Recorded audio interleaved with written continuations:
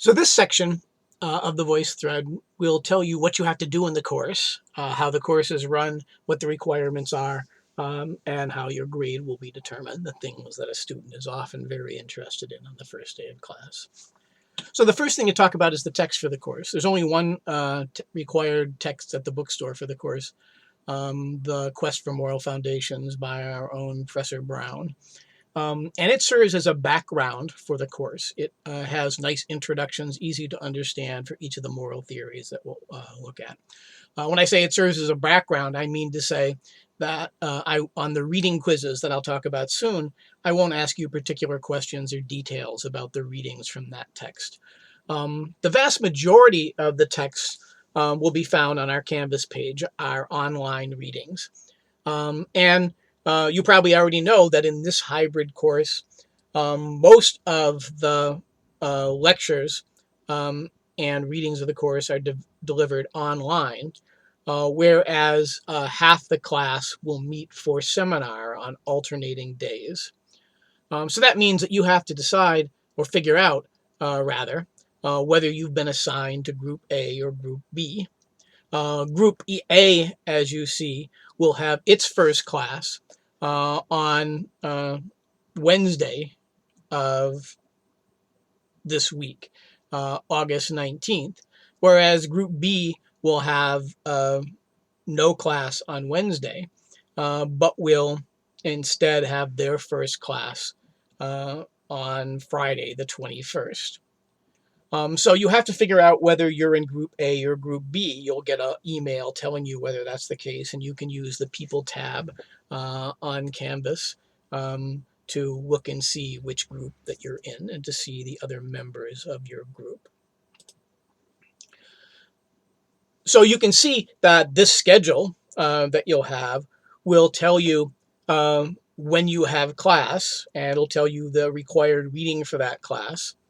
And it will also tell you when you don't have class, what are the required online lectures that you should listen to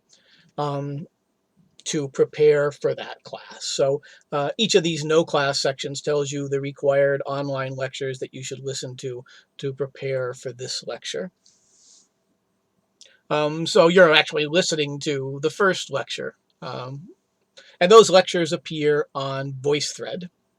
Let me show you on Canvas how to find some of these things and how to access these calendars. So this is what our Canvas page looks like. There's a getting started page where you'll find the things that you should do right in the very beginning of class, including listening to this VoiceThread. So if you haven't yet, you should click on the Getting Started page and activate your VoiceThread and introduce yourself and listen to these course introductions.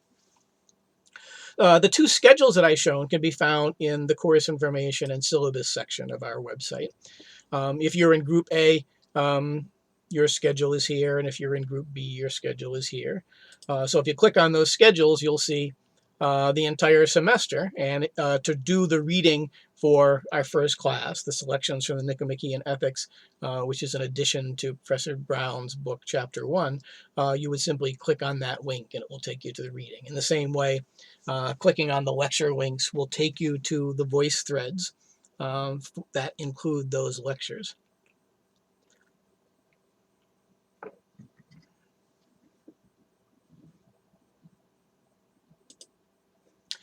You can get to our syllabus here. And if you wanted to get all of the remote lectures and all the resources associated with them all in one place, you can find them at this link as well. The other place that you can find all the resources for the course is in the weekly schedules. Besides having that schedule I just showed you that has all of the weeks all together, down below, if you scroll it, all the weeks and all the assignments and all the resources are there. And you can click on this link, it'll take you to the appropriate week that we're on. There you'll find both the Group A schedule and the Group B schedule, which will have all the links that will take you to the readings. And then it will also have whatever requirements are graded requirements that you have to do for that, either quizzes or voice threads that you have to comment on. So that's where you'll find the readings for each day and the online lectures that you have to listen to. The requirements for the course are as follows. 20% of your grade will be determined by your engagement in the lectures, the online lectures that you'll have to comment on in VoiceThread, and I'll show you about those in just one second. But that engagement, 20%, also includes your participation in our in-person seminars. And each in-person seminar is worth about the same as one of the online lectures, one of your participation in the online lecture VoiceThreads. So each week, you'll get a grade that comes from your engagement in the online lectures that week and in your in-person seminars. About every week or so, roughly, there will be reading quizzes that just give you motivation to do the readings and help you figure out what's important in those readings. Hopefully you'll get full credit on those. Those you can retake like 3 times. So they're not really aimed at evaluating you. They're just aimed at getting you to do the reading and to figure out what are the most important parts of the reading. The most important part of the course during the semester, as far as your grade is concerned, are the unit quizzes. There are 5 different units, different approaches to moral theory that we'll study. After each of those, there'll be a unit quiz that will consist of questions about that moral theory and then an essay question where you have to formulate an opinion and defend it. You'll see that the 3rd and the 4th unit quizzes have been combined because the 3rd unit is rather short. So the 3rd and the 4th unit quizzes are combined into one sort of major unit quiz that functions more like a midterm exam in the second half of the course. An important component of the course that you've heard about before are the 10 contemporary ethical questions that we'll debate. And 15% of your grade will come from your engagement in the debate VoiceThreads, and we'll talk about those. There's also a final exam. This semester, all of the exams and quizzes are online. So our final will be an online final, and we'll talk about what's on it in just a second. But it'll be due at the end of our normal final exam period.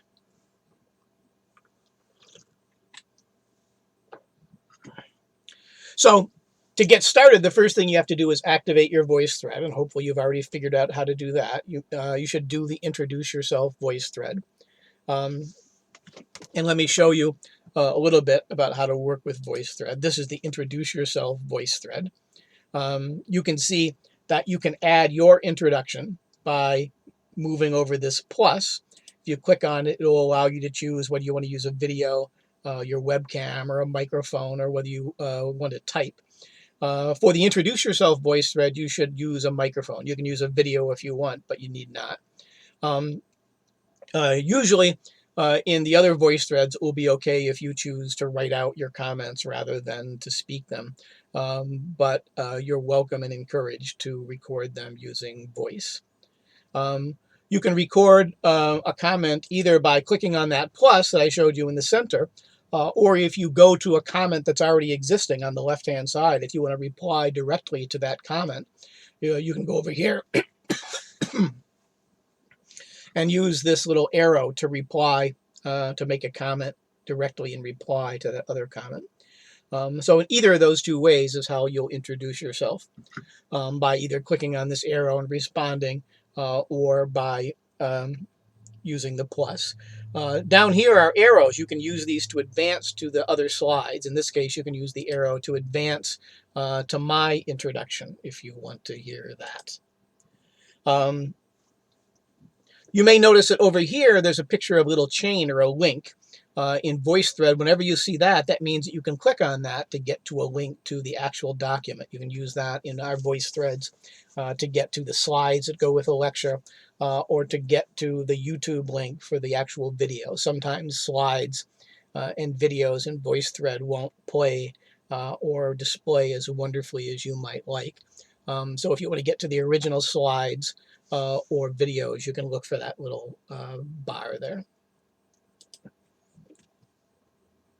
So you can also start watching and commenting on the course introduction voice threads. This is hopefully what you're doing right now.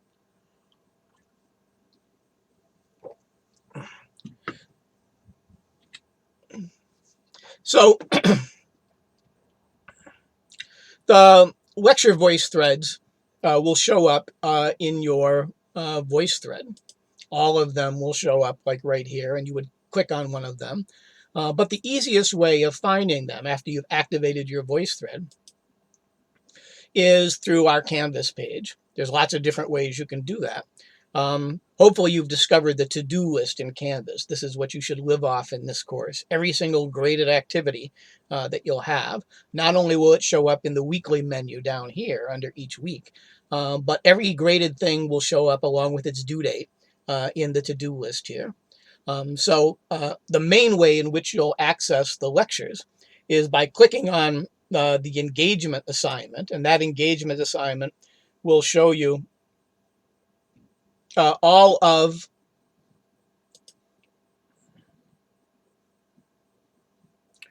the lectures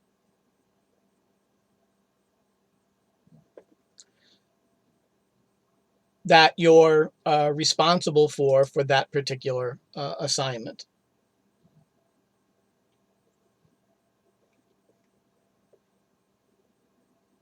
So you can click directly on those links within the assignment, and they will take you to that voice thread.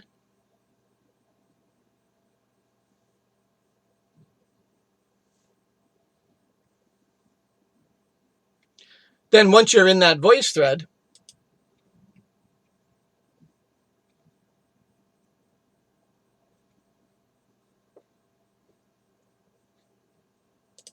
I'll just take a random example.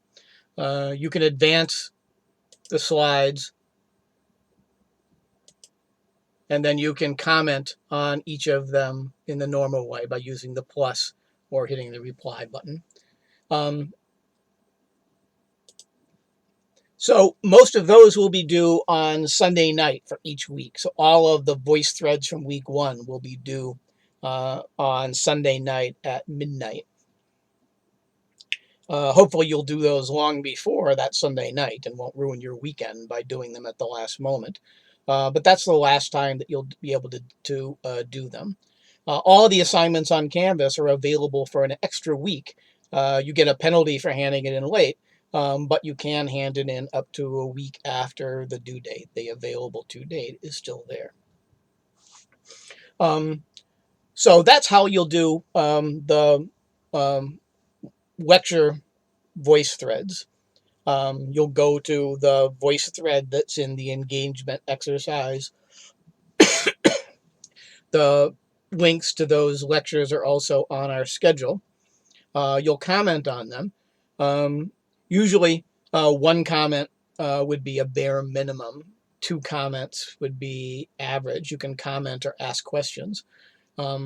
Comments like, oh, that's cool, or I like this, or I agree with this, will get very small amounts of credit, like we'll get half credit, whereas very thoughtful credits, ones that use state an opinion and then use arguments or evidence for them, will get double credit. So your grade on those, just like if you were participating in class, depends not only on the number of your comments, but on the quality of those comments. So 2 would be average, would be like a C or a B minus. 3 or 4 or 5 would be getting up into higher grades, again, depending upon the quality of those comments. The same thing is true for the debate voice threads. Again, the links for those can be found in the assignments that will show up in the to-do list, and that will show up in the actual assignments, and will show up in the weekly schedule under the graded things that you have to do. They're on the schedule on each Friday, on the Friday of the week that they're done in, although they won't actually be due until the same Sunday night, midnight time. And there, you'll have to participate in those debates by formulating an opinion on the question and then dealing with some of the evidence.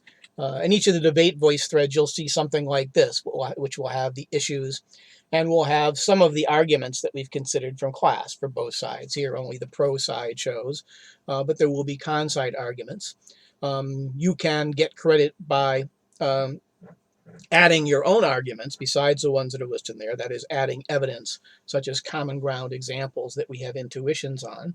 Or you can do it by responding to and thinking of counterexamples or counter evidences or objections to the evidence that's in those arguments. You can also respond to objections or respond to counter evidence that other students or that I have provided. But in the debate voice threads, you'll have, to get you started, you'll have the basic issues and the arguments that we've considered during our seminar discussions or in class or in the lectures to help you get started. But your job is to formulate your position, start to deal with the evidence by responding or commenting on the arguments or adding your own arguments or objections or evidence. You should certainly, as a bare minimum, engage with both sides of the question. You should comment on some of the pro arguments or evidence, or add arguments for the pro side, and you should also comment or add arguments for the con side. Again, that's a minimum. You'll be graded on the quantity and the quality of your comments and your participation in those debates. Normally, we would have those in class, and you would be graded on your participation. So think of it in the same way. So there will also be unit quizzes. I said there will be 4 of those because 2 of the 5 units will be combined into one. And they'll have one section where you can see a sample review sheet here. You'll see that the first part will be questions about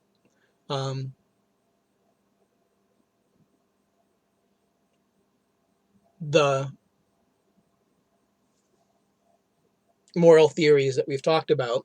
And then there'll be an essay question where you'll have to take a position and argue for it based upon one of our debates or one of the contemporary moral issues that we've talked about.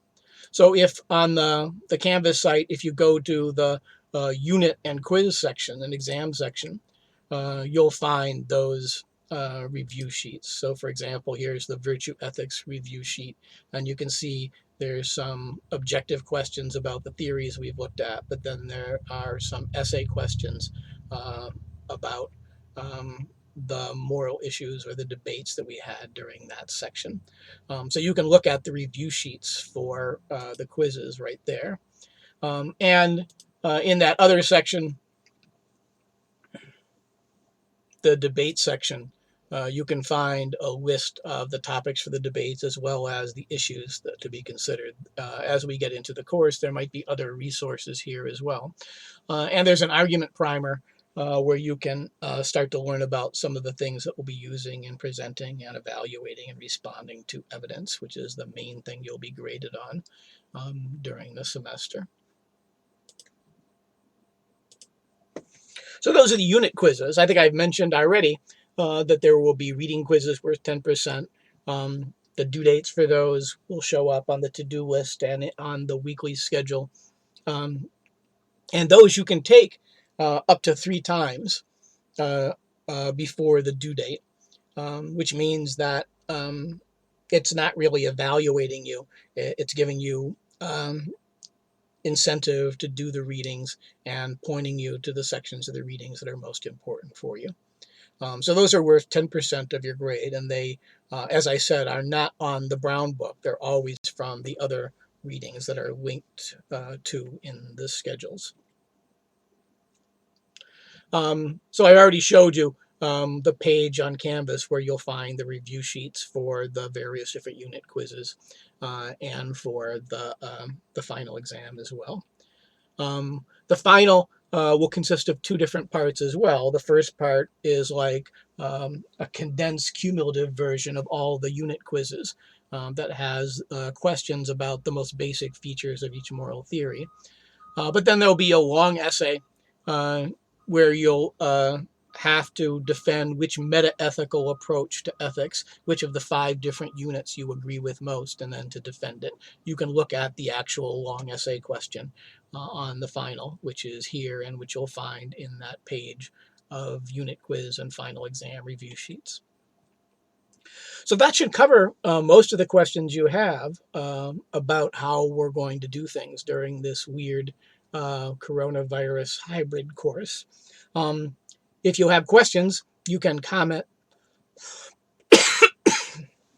on this voice thread and get credit for it for your first week's participation.